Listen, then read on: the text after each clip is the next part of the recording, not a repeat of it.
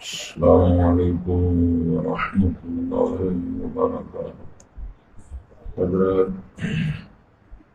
آج انشاءاللہ سورہ نمبر 9 سے پڑھیں گے اور سورہ بقرہ کی آیت نمبر 56 لکھا ہوا ہے، وہاں سے انشاءاللہ شروع کریں گے۔ اگست کی آج 16 تاریخ ہے 2026۔ أعوذ بالله من الشيطان الرجيم، بسم الله الرحمن الرحيم، وظللنا عليكم الغمام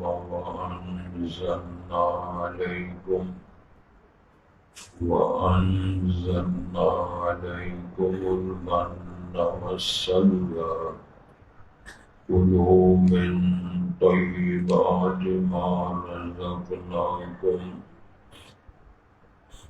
وما ظلمونا ولكن كانوا أنفسهم يظلمون، وإذ قلنا ادخلوا هذه القرية فكلوا منها حيث شئتم رغدا وادخلوا الباب سجدا وقولوا حطة نغفر لكم خطاياكم وسنزيد المحسنين، فبدل الذين ظلموا قولا غير الذي قيل لهم وأنزلنا على الذين ظلموا رجزا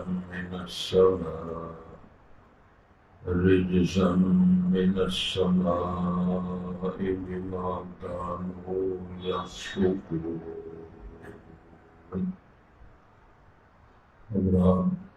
پہلے الفاظ پر غور فرمائیں۔ ارشاد ہوتا ہے وَظَلَّلْنَا عَلَيْكُمُ الْغَمَامَ، اور ہم نے سائے کیے تم پر بادلوں کو، وَأَنزَلْنَا عَلَيْكُمُ الْمَنَّ وَالسَّلْوَىٰ، اور نازل کیا ہم نے تم پہ من اور سلوہ، یعنی میٹھی چیز بھی اور نمکین چیز، عرف عام میں من سلوہ۔ کلوا من طیبات، کھاؤ تم پاکیزہ سے، ما رزقناکم، جو ہم نے آپ کو رزق دیا۔ ارشاد ہوتا ہے وما ظلمونا، اور انہوں نے نہیں ظلم کیا ہم پر، ولکن کانوا انفسهم یظلمون، لیکن تھے وہ اپنی جانوں پر ظلم کرتے۔ وَإِذْ قُلْنَا ادْخُلُوا هَٰذِهِ الْقَرْيَةَ، اس وقت کو یاد کرو جب ہم نے کہا تھا تم داخل ہو جاؤ اس بستی میں، مراد مصر ہے، مصر میں چلے جاؤ، یہاں جو صحرائے تھی، فَكُلُوا مِنْهَا، چلے جاؤ اور وہاں کھاؤ پیو، حَيْثُ شِئْتُمْ رَغَدًا، جہاں سے تم جاؤ بافراغت کھاؤ، موج کرو، وَادْخُلُوا الْبَابَ سُجَّدًا، اور حکم ہی فرمایا جب آپ نے داخل ہونا ہے اس شہر کی فصیل میں تو جھک کر جانا ہے، سجدے کی حالت میں جانا ہے۔ وَقُولُوا حِطَّةٌ، اور ساتھ آپ نے حِطَّةٌ کا کلمہ کہنا ہے۔ حِطَّةٌ کا ترجمہ یہ ہے کہ اللہ آپ سے معذرت کرتے ہیں، معافی مانگتے ہیں، استغفار کرتے ہیں۔ جب تم ایسے کرو گے، ایسے کہو گے، نغفر لکم خطایاکم، ہم معاف کر دیں گے تمہاری خطائیں، وسنزید المحسنین، اور عنقریب ہم بہت زیادہ دیا کرتے ہیں حسنات، بھلائیاں، نیکیاں کرنے والوں۔ فبدل الذین ظلموا قولا، بس تبدیل کر دیا ان لوگوں نے جنہوں نے ظلم کیے تھے اس بات کو جو ہم نے کہی۔ کہا گیا تھا حِطَّةٌ کہنا ہے، انہوں نے حِنطَةٌ کہنا شروع کر دیا۔ حِنطَةٌ کا معنی گندم ہے، حبت فی شارت نے ہمیں دانے چاہیے، گندم چاہیے، غیر الذی قیل لهم، سوا اس بات کے جن سے کہی گئی تھی حدت، اور کہتے رہے حدت۔ فانزلنا علی الذین ظلموا، پس ہم نے نازل کر دیا ان لوگوں پر جو ظلم کیا، رجزا من السماء، آسمان سے پھر ہم نے عذاب نازل کیا، بما کانوا یفسقون، اس کے سبب جو تھے وہ نافرمانی کرتے۔ اللہ کی نافرمانیاں جو ہوتی ہیں، حکم عدولی ہوتی ہے، اس کی پاداش میں پھر اللہ جب سزا دیتے ہیں اس کو عذاب بھی کہتے ہیں، پکڑ بھی کہتے ہیں، اللہ کی طرف سے انتقام بھی لاتے ہیں۔ یہ مختلف اصطلاحات ہیں جو قرآن میں حضرات بنو اسرائیل پر کیے جانے والے انعامات کا تذکرہ اللہ نے فرمایا۔ حضرات انعام تو اللہ نے سب لوگوں پر کیے، لیکن اللہ تعالیٰ نے وہ انعامات جتلائے نہیں۔ یہ ضرور فرمایا ہے کہ وَإِن تَعُدُّوا نِعْمَتَ اللَّهِ لَا تُحْصُوهَا، اگر تم میری نعمتوں کو شمار کرو، گنو، تو میرے انعامات تم گن نہیں سکتے۔ مومنین جو لوگ ہیں، اہل ایمان، ان پر اللہ تعالیٰ نے ایک احسان جتلایا ہے۔ لَقَدْ مَنَّ اللَّهُ عَلَى الْمُؤْمِنِينَ إِذْ بَعَثَ فِيهِمْ رَسُولًا مِّنْ أَنفُسِهِمْ يَتْلُو عَلَيْهِمْ آيَاتِهِ وَيُزَكِّيهِمْ وَيُعَلِّمُهُمُ الْكِتَابَ وَالْحِكْمَةَ وَإِنْ كَانُوا مِنْ قَبْلُ لَفِي ضَلَالٍ مُّبِينٍ۔ مومنین پر یہ احسان جتلایا کہ اللہ نے تمہیں رحمت عالم پیغمبر حضرت محمد رسول اللہ کو نبی بنا کر، تمہارے لیے رحمت عالم بنا کر، خاتم النبیین بنا کر، اور سارے جہانوں کے لیے الی یوم القیامت تک کے لیے یہ اعزاز آپ کو نصیب کیا۔ تو یہ بھی احسانات ہیں جو اللہ نے ذکر فرمایا، لیکن بنو اسرائیل پر یہ تھا کہ ظاہر جب انہوں نے اللہ کے حکم سے موسیٰ علیہ السلام کی قیادت میں، سیادت میں، رہنمائی میں جب گھروں سے نکلے تو بحر اوقیانوس یا بحر احمر، جس کو انہوں نے کراس کیا اللہ کے حکم سے، اور قرآن نے نقشہ پیش کیا ہے، جب یہ بھی گھروں سے نکل گئے ہزاروں کی تعداد میں، اس کے پیچھے فرعون اور فرعونی بھی ان کے پیچھے چڑھے، آگے سمندر آ گیا، پیچھے فرعون کی فوجیں آ گئیں، قرآن نے نقشہ پیش کیا ہے۔ یہ لوگ گھبرا کر موسیٰ علیہ السلام سے کہنے لگے، موسیٰ انا لمدرکون، آج ہم مارے گئے، پکڑے گئے۔ آگے موجیں نظر آ رہی ہیں، پیچھے فوجیں نظر آ رہی ہیں، تو ہم کیا کریں، کدھر جائیں؟ تو موسیٰ کلیم اللہ نے فرمایا تھا، قرآن مجید کے اندر تفصیل موجود ہے، ان معی ربی سیہدین، میرے ساتھ میرا رب ہے، میری رہنمائی ضرور کرے گا۔ نوبت جہاں جب آئی تو اللہ نے جناب موسیٰ کلیم اللہ سے فرمایا، اس بحر اوقیانوس پر ایک آسا ماری، سوٹا مارو۔ اب اندازہ فرمائیں، کبھی ڈنڈا مارنے سے بھی سڑکیں بنی، ابھی سارا زور لا چلے، مشینری کیا تباہی پھیری ہوئی، لیکن سڑک نہیں بنی۔ جب کا اس والا ہے جو گجرا والے سے لوٹتا کی سڑک نہیں بنی، باقی کیا بنا؟ اللہ نے اپنے حکم سے ایک ڈنڈا مروایا اور 12 سڑکیں بن گئی، اس کی 12 لہجے میں ایک لمحہ میں سڑکیں بن۔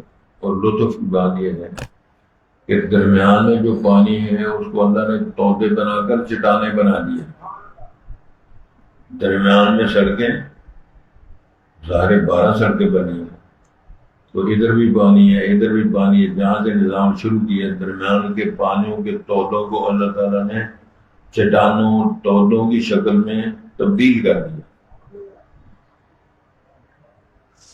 وہاں سے جب فارغ ہوئے تو جب پانی پینے کی ضرورت پڑی اور پریشان ہوئے اس جنگل میں جس میں صحرا ہے، کچھ سایہ نہیں، تو بات شروع ہوتی ہے آج میں سبق میں، وَظَلَّلْنَا عَلَيْكُمُ الْغَمَامَ،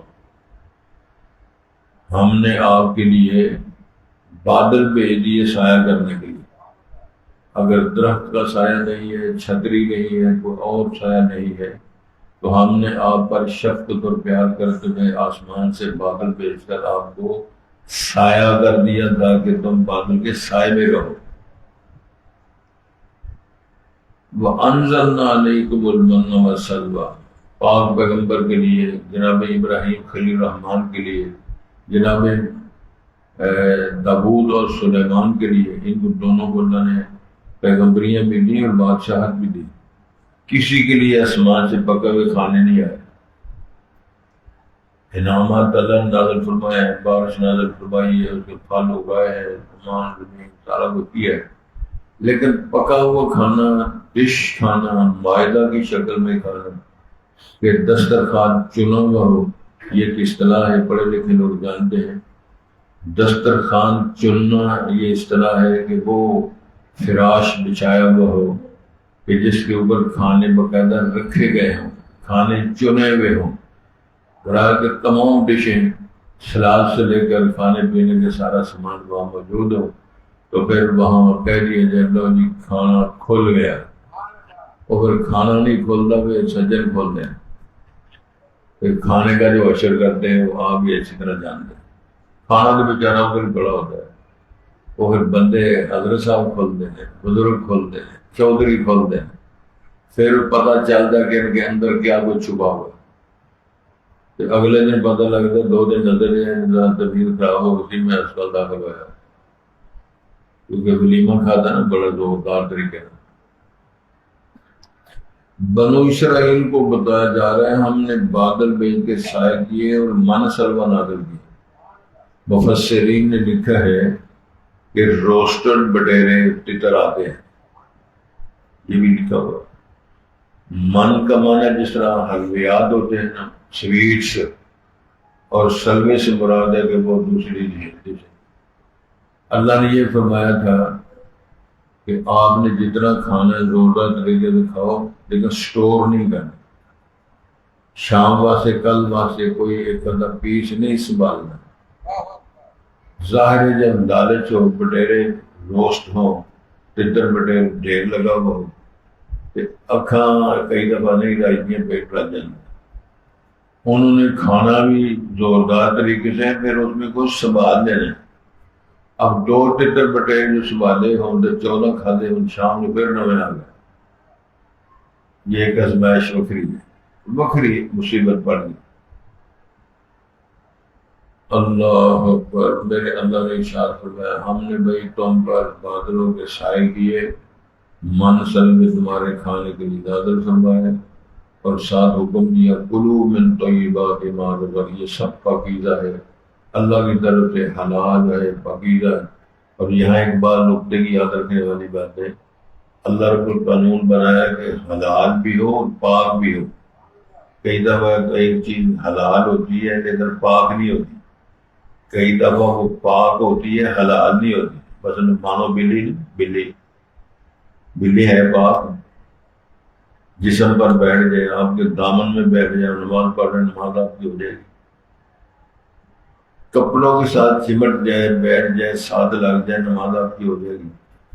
لیکن اگر موسم خراب ہو تو بازار سے کوئی شے نہ ملے تو کل کرو 2 بلیاں نے کہ بلی اللہ نے سپورٹ کر دے، بلی کھا نہیں سکتے، کیونکہ بلی کھانا حرام ہے پاک.